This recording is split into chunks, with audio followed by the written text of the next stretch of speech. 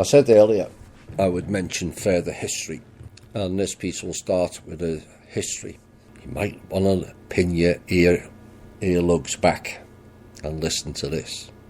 Did you know the IRS, Internal Revenue Service, was not approved by an act of Congress? This means that income taxes are not enforceable. But before everyone rushes off and stops paying tax, please hold fire on that action whilst the current system is still in place, is worked out and also corrected. We don't need people going to jail. Now, the only act of Congress approved for taxes was for the Tax and Revenue Service, which is still in place in some states, not the Internal Revenue Service. And it is the Tax and Revenue Service which has the real authority.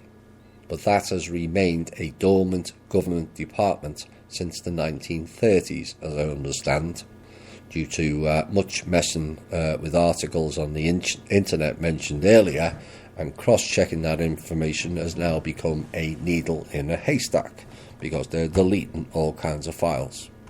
So what we, the Trust, are working on now is a complete dismantling of the current IRS, which does not require congressional oversight or approval, and a transition over to the official government name and department called the Tax and Revenue Services. Once that transition is completed, the IRS has no authority or legitimacy to collect taxes. I repeat, once that transition is completed. That will end the IRS as we know it, permanently. The new department, Tax and Revenue Service, will be staffed with new people and will not include any high-profile or positions people within the current IRS structure.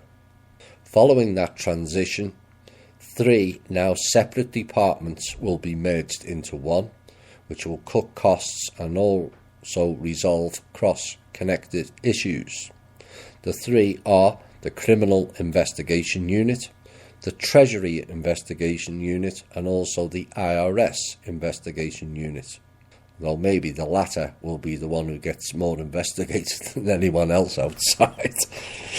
Anyway, these 3 departments will streamline into one, which is the main effect of it. Once the Tax and Revenue Service is up and running, the transition will not require much in a way that will have any impact for the average person.